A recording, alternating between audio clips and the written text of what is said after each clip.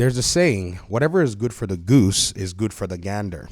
If you're going to apply one standard somewhere, it's best that you try as much as possible to keep the same energy and apply it in as many places as you possibly can. I saw this comment here on the channel, and shout out to one of our audience members for actually helping to, remind this audience member that wrote this particular comment that, hey man, you really are, in a sense, playing this game that many people play when they're looking at Xbox and PlayStation.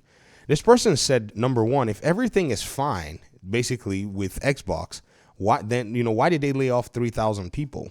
Now, here's the great thing about my comment in this regard. I never said that everything was fine with Xbox. Nope, I didn't make that argument. That's an argument that people are pulling out of thin air.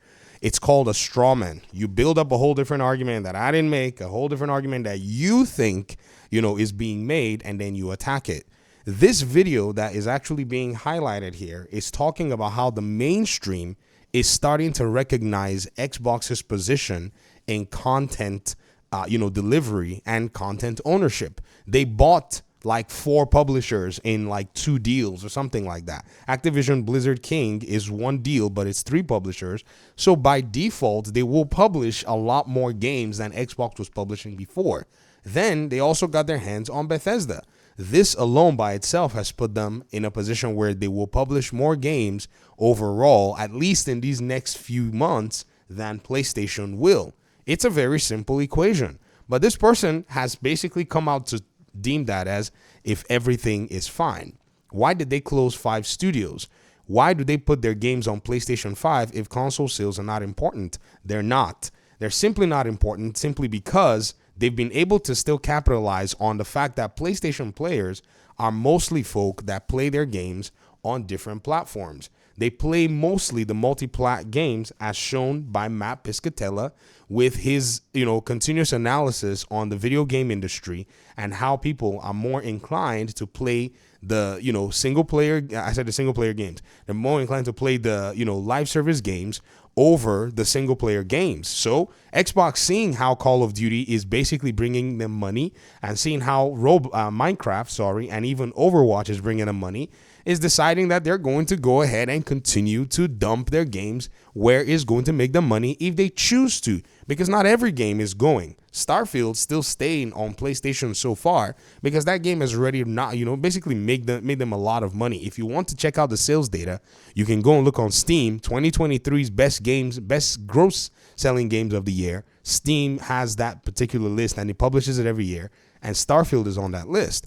So when you think about it, this is just weird at the end of the day that all of these folk don't even know what Xbox is doing. And instead of saying, oh, well, these are great things that Xbox is doing so far, but PlayStation is doing these things better, they come up with these straw man arguments or whatever it is. Because again, we know PlayStation ain't doing any of these things, any of this stuff better. 2023 was basically kind of only Spider-Man 2. And then 2024, they went and patted themselves up with these third-party games that basically did not do as well or impressively on their platform. Stellar Blade, Rise of Ronin, Astrobot, well, that was their first-party exclusive.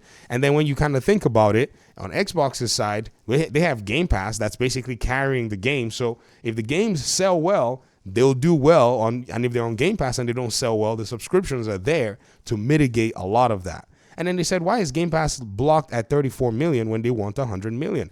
That is just a want in 2027. Are they going to get 100 million in 2027? We don't know. But you cannot dismiss the fact that it is profitable right now. And as I showed you guys yesterday, when Game Pass data was actually first farmed from it was an inadvertent leak because the Brazilian Economic Council actually put the numbers out there.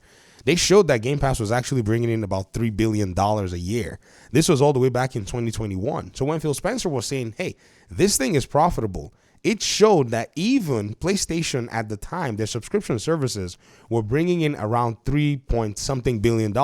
So Game Pass, before they added Core, had already matched PlayStation in its own subscription service. And now that you have things like Call of Duty, it continues to grow and continues to grow. Again, they said Xbox is in full failure. They navigate on site. Sony has the portal. PS5 has no equivalent solution. So according to this person, if we wanted to take them by their word, we would say that laying off people and closing off studios means you're in full failure mode, or your competition not having a solution that, to something that you've put aside also means you're in full failure. If we took that standard, I would easily go ahead and cite PlayStation pretty much and say, oh, well, I mean, PlayStation basically, concludes that they've basically been leapfrogged simply because Microsoft's comprehensive ecosystem coupled with exclusivity creates greater dominance. So basically, PlayStation, when their Insomniac leak came out, said that Xbox was dominating them because of the things that you tried to downplay. Their capability to be able to deliver games on all platforms, the capability of them to put Activision games on that Game Pass. Hey, by the way, I hope you know, Activision games, or Activision's one game, was one of Sony's single-handedly most profitable venture every single year. And somewhere, somehow, that whole role has switched, and now Xbox is pretty much eating off of that each freaking year at 70%. So yeah, Sony was gaining 30%, Xbox was gaining 30%, but at the end of the day, now the roles have been basically switched out, where Microsoft is gaining 70% of that. So again, I would hope that a lot of these folk understand the ramifications of what they're saying. So one of our audience member, FEJ6535, says, Sony has closed studios. Both sides have. London, Firework, Concord, and then the other one that they closed as well. 51% of all sales on PS platform are live service games, with Call of Duty at the top and 6 others on the list. These are funding Xbox studios, stifling Sony. Its only first-party games this year sold 1.5 million copies. Now, I have to say, I don't know if Xbox has sold 1.5 million copies for its single-player games, but for its live service game, Call of Duty is basically gone ahead to finish up all of the work that, any single PlayStation game could have done this year and even last year combined, and that is just Black Ops 6. If you look at the statistics so far that we have in terms of Black Ops, it's actually very interesting. Apparently, Black Ops has basically, according to reports, reached a milestone of about 500 million lifetime unit sales, up from its previous milestone, which they're reporting to be about 425 million unit sales as of June 2022. So somebody went ahead and did the data and said, okay, well, there's a difference of about 75 million if you put the Call of Duty that came out last year and this year together and you split it. So it's somewhere around maybe, 30 plus million or so. So if this new Call of Duty has basically sold that much, oh man, then that's weird in terms of how anybody can think that Xbox's strategy is not working. So shout out to audience members that basically went ahead to, put this in perspective. And then they said, Game Pass isn't locked at anything. Numbers will increase, especially in the cloud sector.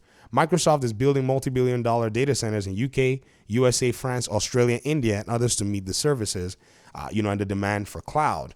Now, this is also something very interesting. This person said this. Sony has they said something about Sony, the PlayStation Portal, which I think is very funny because that is a lightweight device when it comes down to everything. However, even though they have it, it's a joke in comparison to Sony's, streaming basically directly from PlayStation 5, or games that are there on PlayStation Plus, because this is something that Xbox was doing that everybody was downplaying, being able to stream your games.